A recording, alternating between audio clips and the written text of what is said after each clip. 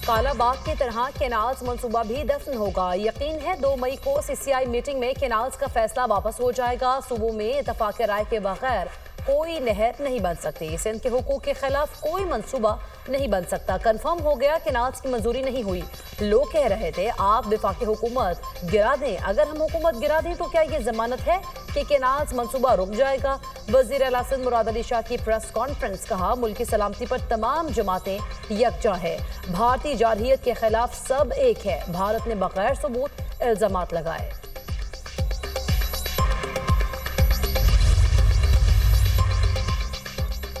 नई नहरों के खिलाफ खैरपुर में बबलो बाईपास पर वकला का धरना 8वें रोज भी जारी। धरने के बाद सैकड़ों माल बरदार गाड़ियां फंस गईं।